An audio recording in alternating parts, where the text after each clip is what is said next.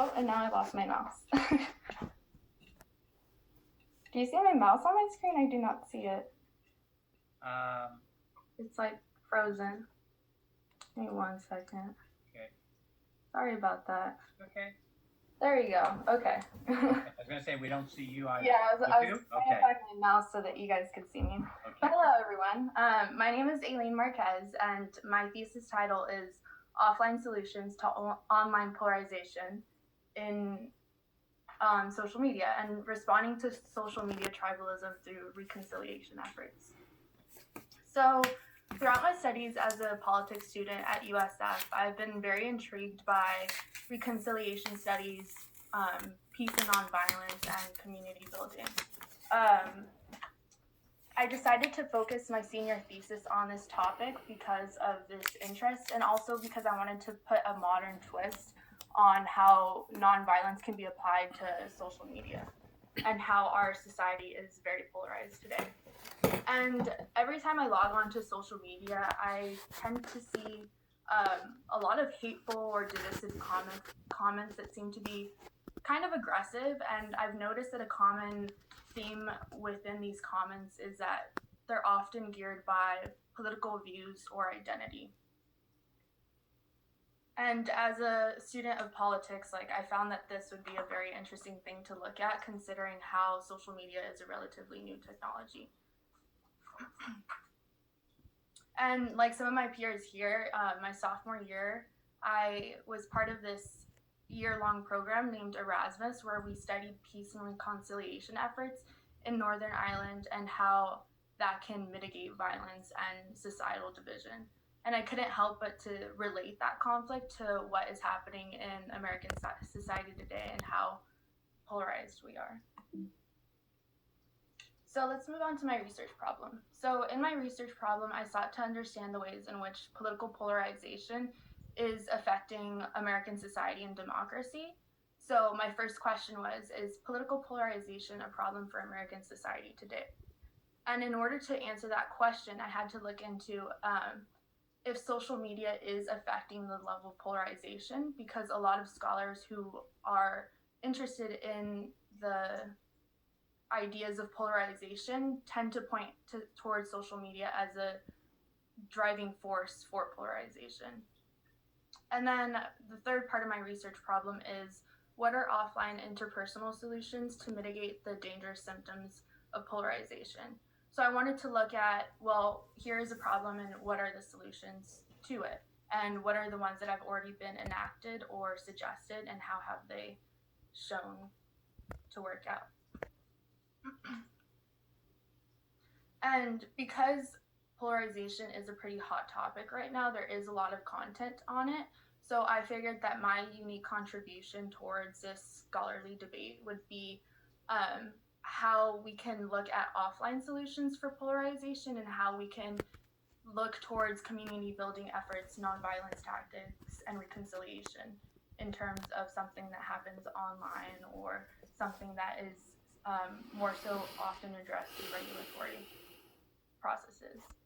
So in order to, before I go into my research, I want to set some foundational stuff for my topic. So in order to convey my research problem, I had to look into what exactly is polarization, so what are the definitions, and how does it manifest in American society? And then I had to also look at if this time in American history is uniquely polarized. So have we seen polarization in American history before? Has it been more polarized then? Is it more polarized now? And then I also looked at, how does polarization pose a threat to our society? Because some scholars may contend that polarization isn't something that we necessarily have to be worried about because it's a factor of diversity. And then I further looked into the evidence of polarization in our society. So to begin with my literature review, I first laid out foundational works for the conceptualization of polarization. So I needed to define polarization. And as you can see, there are a few different ways that polarization is defined. And some of those points are elite polarization, mass polarization, and effective polarization. Elite polarization is partisanship within our government, so how politicians and those that are directly involved in our political institutions are polarized within themselves. And then mass polarization is the ways that the general public is polarized through social media or the ways that we interact with each other on a day-to-day basis. And then effective polarization is how mass polarization and elite polarization affect each other and cause a degree of polarization to skew. And as you can see, I listed some of the scholars that I addressed that were in debate about these definitions. So then I looked into the degree of polarization in the US today. So some scholars subscribe to the no polarization theory. So they argue that in reality, there isn't a lot of polarization occurring in the United States today, or at least that we shouldn't have to be alarmed by it. And then there are some scholars who are concerned with polarization and think that we need to implement some measures to combat polarization. If not, our democracy could be in harm's way. And some of those scholars are listed on that slide. So then in my literature review for the final part, I also looked into the term of tribalism. I found that tribalism was a key component to my research because it sets foundational understanding for why polarization happens. So tribalism is the behavior and attitudes that stem from strong loyalty to one's own group or tribe. So as we develop morality or our political opinions, we turn towards groups and teams that divide us. And the issue with this is that at its basic level, tribalism is an idea of us and them, so understanding that there's different groups. But when it becomes dangerous is when political tribalism becomes an us versus them. So when it gets to this point, it is dangerous for civil society and how we interact with each other, and then getting things done within our democratic institutions. And as I also quoted a biologist named E.O. Wilson, who looks into tribalism, and he argues that we're unsuited for life within secular diverse societies because we have so many differences, and in order to be able to have a stable political life, we need to find ways in order to adjust how our differences would work within this society.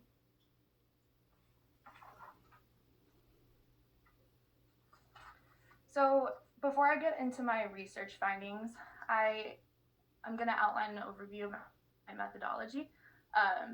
And in order to answer my research question, I derived from existing qualitative data on polarization. So I looked to a lot of data points on like statistical evidence of polarization offline and online.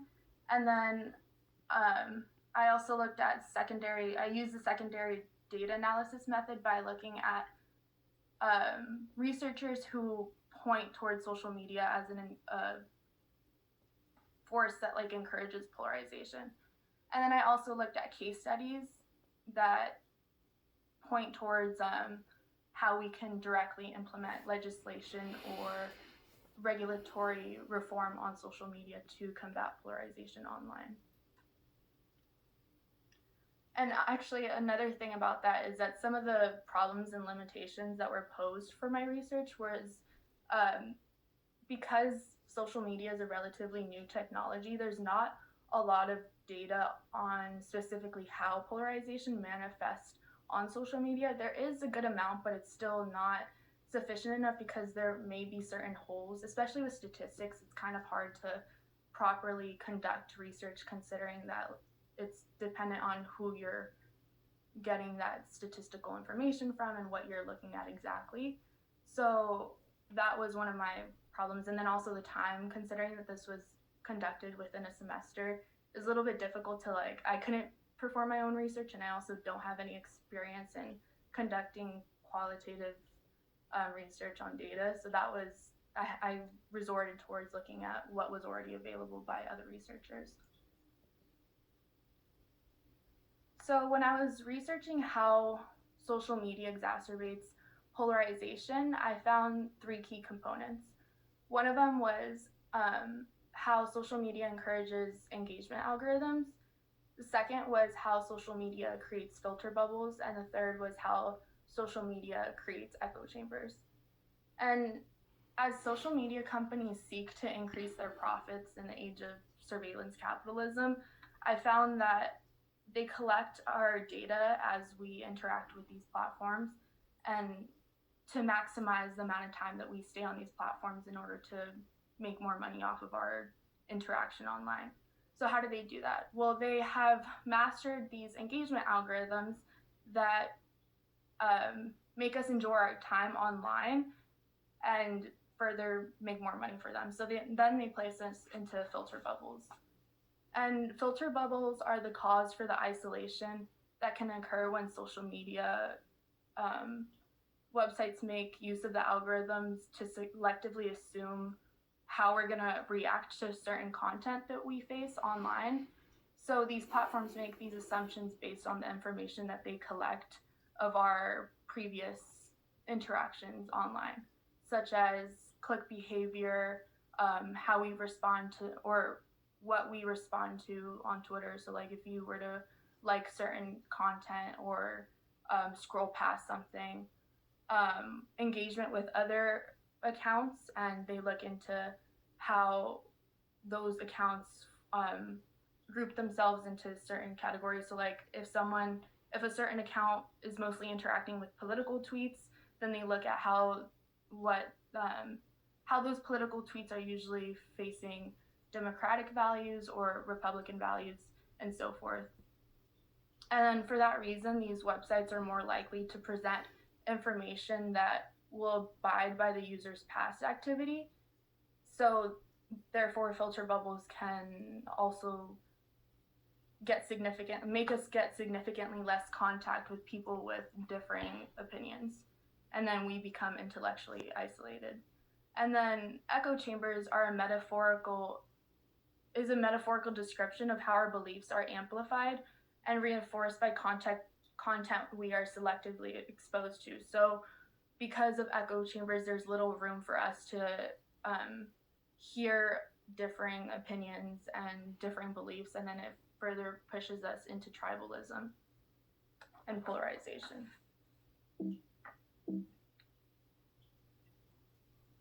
So then I looked into the evidence of mass polarization, and I came across a few studies. I looked at a Pew Research study called Political Polarization in the American Public that was conducted in 2000, or it was published in 2014. So that's a little bit older, but it showed that there's a increased amount of mutual antipathy across party lines. So in recent decades, there's been an increase in how people feel about the opposing party. So, for example, and then in the second study that I listed here by Russian and Edwards, it shows that there has been an increase in politically motivated hate crimes. So after the 2016 election, it was witnessed that the U.S. had experienced 1,600 more hate crimes than the national average, which was a significant increase. And some of these hate crimes, for example, could be seen through what we saw as the Charleston car attack or the recent shooting between Kyle Rittenhouse and some other protesters that was fueled by political incentives. So here's one of the graphs of the research that I came across, and this is how it shows how people that subscribe to different political parties feel about the opposing party and members who subscribe to that party. And as you can see, it shows that Democratic attitudes towards the Republican Party were sometimes unfavorable, but as you can see, there's a 16% on the left and then a 57 a little bit above that. The 57% shows Democrats who are highly active in politics. So as people get more involved in politics, they subscribe to more negative views of the opposing party, which could further indicate that as people get more involved with politics, they could subscribe to more divisive opinions. So there's a lot more research studies that I looked into, but for the purpose of time, I'm not going to get further into them. But I did look at how research or what data was shown between like how polarization manifests online and then offline. And then I looked at contested solutions for polarization, and I found that a lot of scholars suggested that one, either platforms introduce countermeasures to polarization, or two, that the government regulates social media. So, an example of the ways that platforms could introduce countermeasures is through changing the algorithms that put us into filter bubbles and the engagement algorithms.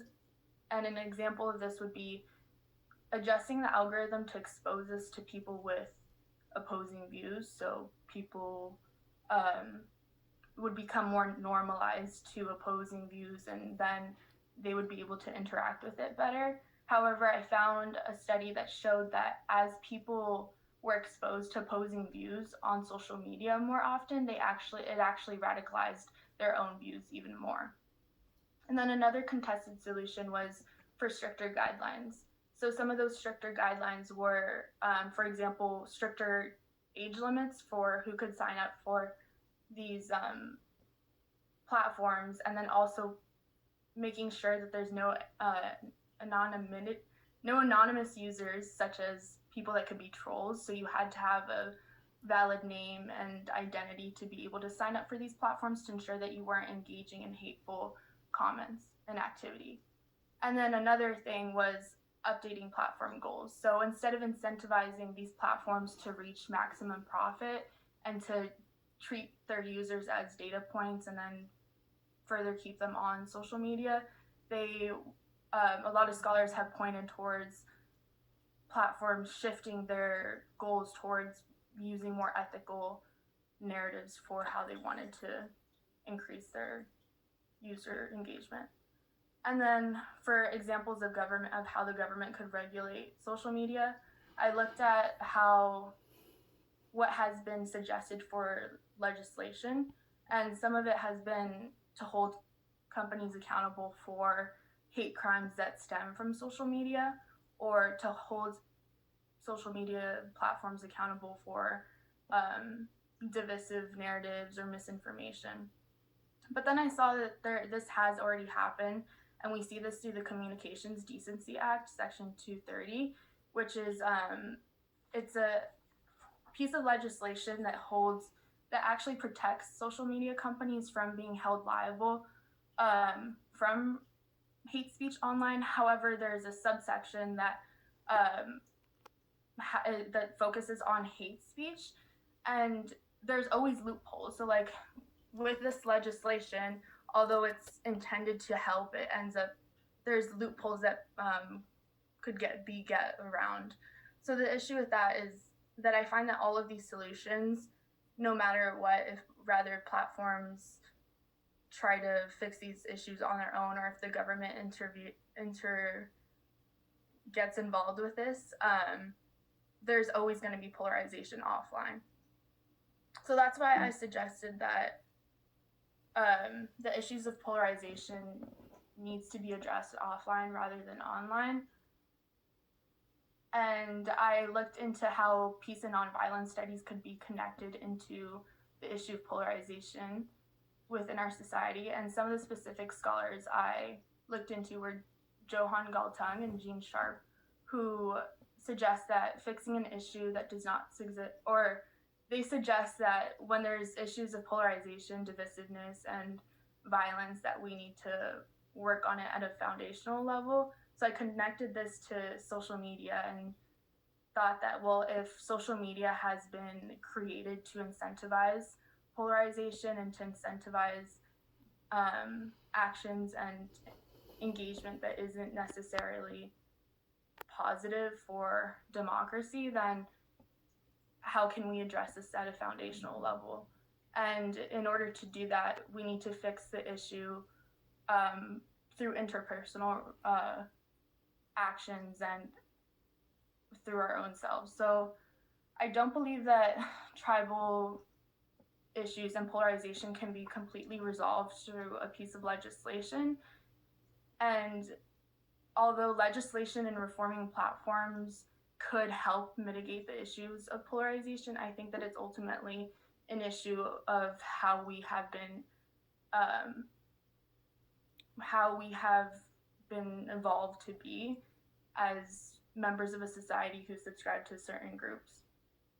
Therefore, I suggested that we focus on prioritizing community building, getting involved in state and local politics, becoming consumers of nonviolence rather than violence, and then humanizing the other. Because when we try to listen to the perspectives of people with differing opinions, as hard as it may be, it's a lot easier to be hateful towards someone that you dehumanize rather than someone that you try to understand, whether or not you agree.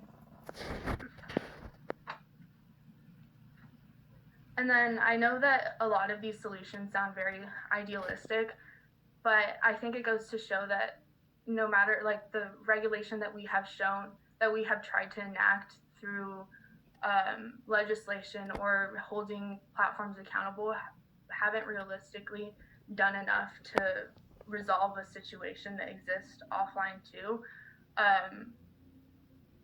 There's a lot of measures that can be taken at a more personal level. And I guess one thing that I learned from my political science education at USF is that when seeking to find solutions for long-standing conflict or long-standing issues, they're best addressed through foundational levels. So if we look at how they are, what the root cause of an issue is, then we're better at getting to a solution. And in order to resolve an issue like polarization, we need to work from the bottom up process rather than from a top bottom process. And it's easy to put a band-aid on a situation by trying to enact legislation, but the long-standing results would come through looking at what has been hardwired in our brains and how we are interacting with each other at a personal level. Because most of these issues are cultural rather than they're more so cultural rather than structural. So here I have a quote of Johann Galtung, who is one of the nonviolence scholars that I reference to, and he says, "By peace we mean the capacity to transform conflicts with empathy, without violence, and creatively a never-ending process." So I think that kind of goes to show the point that I'm trying to get at. All right, that's all I got. Hey, thank you, Aileen. Nicely done. Well done. How do I get out? You want to No? give us the screen back and we'll take some questions. There we go. How do I give you it back? I think at the top where the share screen, I think. Stop share. There you go. That makes sense. I'll bet you Professor Friedman may have some questions. You know, I can't be quiet about these wonderful presentations. And Eileen, I just have to say, as somebody who has been a big fan of yours from the moment I met you in Politics 100, to have you summarize at the end that your senior thesis really affirmed something you feel like you've learned from your politics education at USF, to think foundationally, and that if you really want to make a change, there's no easy way out. You have to think about how deep those structures are. And I think it's, as somebody who was lucky enough to have you in a class where we talked a lot about the politics of the internet, to have you, really reaffirm the importance of our human interactions offline, and to bring that home as a major conclusion to in a sense addressing a problem that, although you show there's a debate here, has certainly been exacerbated by the development of a set of tools that have, let's just say they don't have human thriving at their core. That's not what they're built to do. So I guess so many questions. You opened so many interesting doors here. But I wondered, my question was triggered by your use of the term isolated. That somehow this, the creation of filter bubbles and echo chambers and these algorithms that feed us exactly what we want to see. The other side is evil and our side is fabulous and robust and interesting and full of solutions. And why don't those crazies or those fascists on the other side just get it, right? Or they have their own terminology for us, right? Tipping my hand. And you said that makes us intellectually isolated. And so when you use the term isolated, I thought, okay, I feel isolated sometimes because of the pandemic and all of that. But social media is a place I often feel a sense of community precisely because I'm being fed exactly what I, want to see, unless I make a big effort. So how does, whatever you call it, isolated, but that sort of reinforcing of your assumptions, values, and what have you, that even if we were brought face to face, given how what we're seeing in our feeds and our tribalism increasingly is creating communities not only of belief, but also that overlap class status, race, sexual preference, geographic location. Mm-hmm. So by the time we get into a room with our enemies, aren't there things beyond what we've been fed by our social media feeds that are going to be very difficult to overcome, given the material reality of so many of our differences? Right, and that's something that I get more to in my paper because there's a lot more that I can address there, but that is something that I paid a lot of attention to because it's easier said than done, especially when there's things that are said that attack our identity or attack our beliefs that are forced by our experiences and our perspectives in life. And that's why I hint towards offline solutions, because you can't reconcile hateful things behind a screen. It's easy to dehumanize someone behind a screen, and I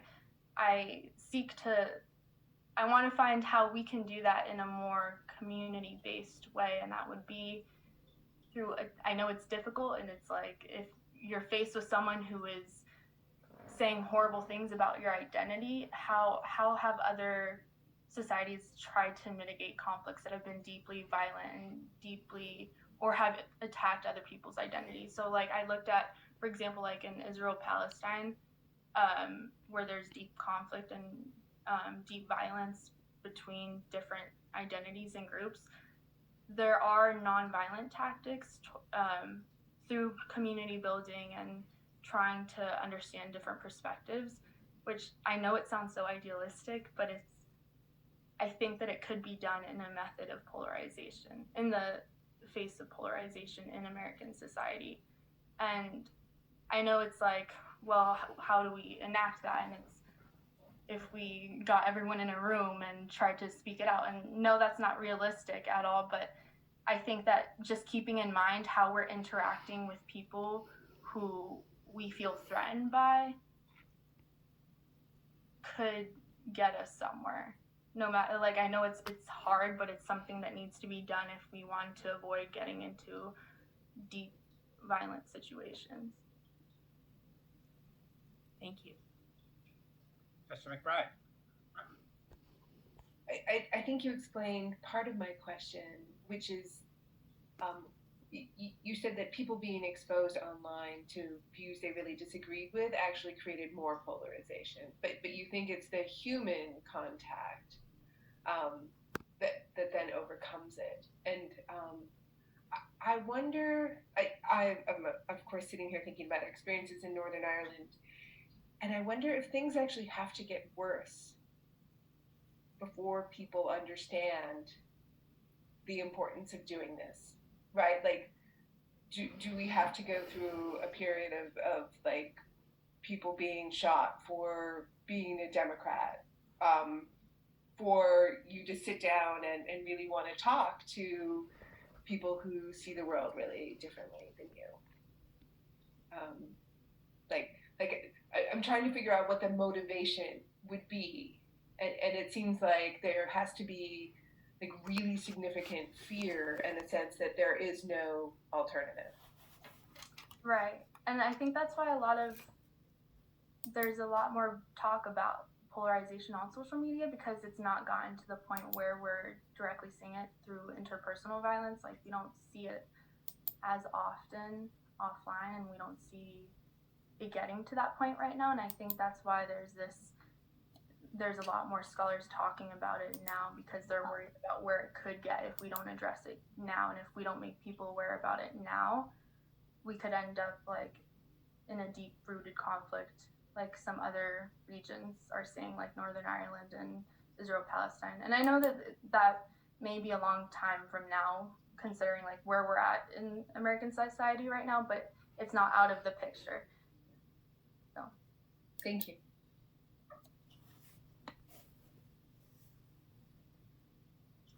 Any other questions for Aileen?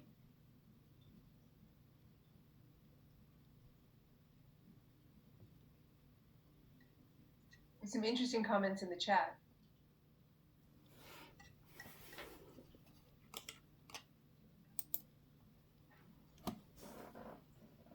I was just gonna say, I don't know if you'll be able to answer this question, but I guess, like, do you think there's a utility in violence online in either mobilizing folks to like participate in politics, or kind of like Professor Pollard mentions in the chat, like a violent break from the past? Does digital violence count in that, or does it need to be graphic and kind of like interface violence like we've seen in other uprisings? Right. So I do also, in my thesis, I talk about a little bit about the different forms of violence. Like, there is interpersonal violence, there's violence that happens structurally, there's violence that I guess now that can be online that isn't necessarily physically hurting someone. It could also be the words that are used or the way that can psychologically affect someone. But I do think, I'm sorry, I lost track of what you're saying, getting so deep into the idea of the different violences. Can you say again the second part of? Yeah, I guess just like wondering, so Professor Pollard kind of mentioned this idea of like a violent break from the past, and I'm interested, like, how does this play out in like in the 21st century when our whole lives are now online, and does digital violence count as like a form of like violent breaking from the past, or does it need to be offline in real life violence? Right. Well, I think that the way that I'm analyzing how it's transferred online is, well, what comes from that. So like how our interactions online are enacted offline. So like how does those interactions of polarization affect the way that we interact offline, and if they result into those personal interactions offline.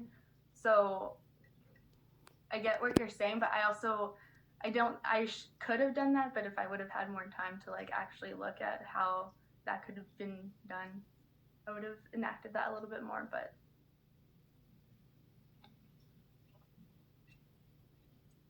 so with that, I think we also can celebrate Aileen's graduation. Aileen's one of our two sort of December graduates. So great job, Aileen. And as Professor Freeman noted, I mean, it seems wonderfully apt that you, in a way, your politics education kind of went sort of full circle and sort of back the foundational truths. So thank you for that. It's 3:10. Why don't we take a 5-minute break, and we'll come back at 3:15, and Amanda will get us started for the second half of our program. See you all in 5 minutes.